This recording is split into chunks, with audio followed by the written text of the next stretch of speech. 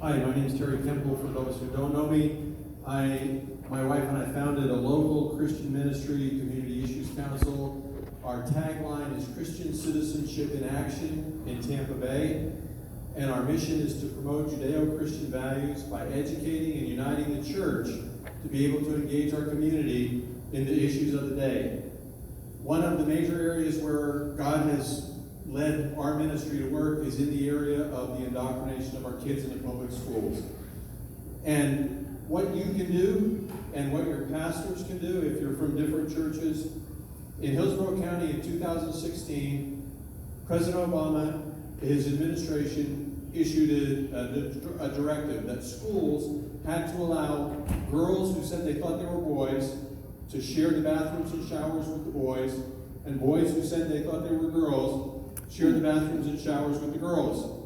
One of my buddies who was a football player said, man, when I was in school, if they would have told us that, I would have been a girl right away. I mean, it's crazy. It's just crazy. But we got the word out to the church. We had about 250 people come to a school board meeting. 35 of them were pastors, 25 of them signed up to speak, and by the time they got done, the person who had put the item that we were against on the agenda pulled it from the agenda, and it probably won't come back.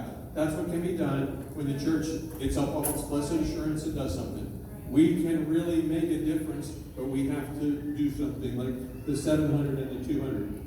So there are two really sexualization efforts going on in our area. Working right now with Pinellas County, Pasco County, and Hillsborough County. And there are the comprehensive sex ed, and there's also the gender identity ideology. In Pasco County, they've instituted that policy of letting boys and girls share bathrooms and showers.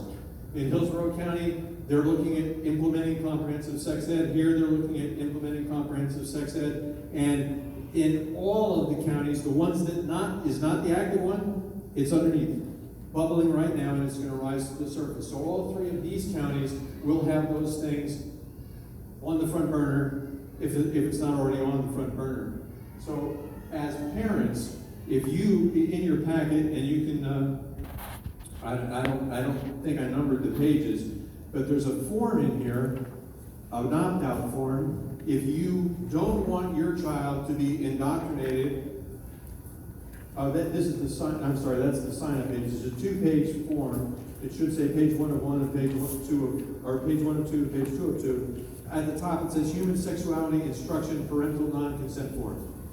So if you fill that out, this form was created by Liberty Counsel. Liberty Counsel is one of the premier First Amendment law organizations in the country. They will defend churches, they'll defend individuals, they'll defend companies, municipalities. They say Liberty Counsel is a Christian ministry that defends the good news that God, in the person of Jesus Christ, paid the penalty for our sins. Now there's a whole bunch more to the page, but that was the part that caught me because that's really what their mission is. And that's David Gibbs, National Center for Life and Liberty. David's a really good friend as well. But this form was created by Liberty Counsel, and they say some things in here. Your administrator, if you fill it out and you hand it into your administrator, they may say, I don't know if that has any legal effect. Say, well, I don't know if it has any legal effect either, but I would like to have it in my child's permanent record. And then if there's an issue, Liberty Counsel, and there's a memo on the front from Liberty Counsel, so I would ask you to read it. But there's a line down at the bottom that says, Liberty Counsel is prepared to assist and provide guidance in this area. So as long as you're using their form, if you have a problem, give them a call. They will help you. They will help you. So I would ask you to do that. Then the other area, and these are Pinellas County issues. In Pinellas County, let me back up. There are surveys and services they will provide to your children without you knowing about it. Okay, there's something called the Youth Risk Behavior Survey, and they do that every 2 years. Actually, I think it's national. It's initiated by the Centers for Disease Control. And in some cases, it's just a representative sample of students, and in some cases, it's blanket for the students. So I'm going to read you a few of the questions, because I think you'll find this interesting. If you haven't seen it before, you may be shocked. So the first one's not too serious. How old are you? 12 years old or younger. So they expect that there will be kids that are 12 years old or younger, and then the various ages from there to 18 years or older. So here's the question they're asking these kids. Just some of the questions. And the other questions are probably just as bad. I don't think I specifically picked out the worst ones. Have you ever been physically forced to have sexual intercourse when you did not want to? During the past 12 months, how many times did someone you were dating or going out with force you to do sexual things that you did not want to do? How old were you when you had sexual intercourse for the first time? During your life, with how many people have you had sexual intercourse? During the past 3 months, with how many people did you have sexual intercourse? Okay, this is like the comprehensive sex ed. What this does is say to your children, we expect that you're going to have sex. And then they add, but to be safe, or safer, they say we're just telling them they're going to be safer. To be safe, make sure you use a condom. Okay? You all were all 13 or 14 or 15 or 16. I know I was. It was a long time ago, but I was 13 or 14 or 15 or 16. And I know that if somebody told me I'd be safe having sex if I use a condom, even if they put the R on the end and said safer, I know where my mind's going to go. And you know that's where the minds of, and I'm not saying your kids because I don't know your kids, but that's where the minds of the majority of the kids in our community are going when they're exposed to this garbage. That's what it is. It's literally garbage. So there's another, and in addition, one other thing there I want to tell you on that.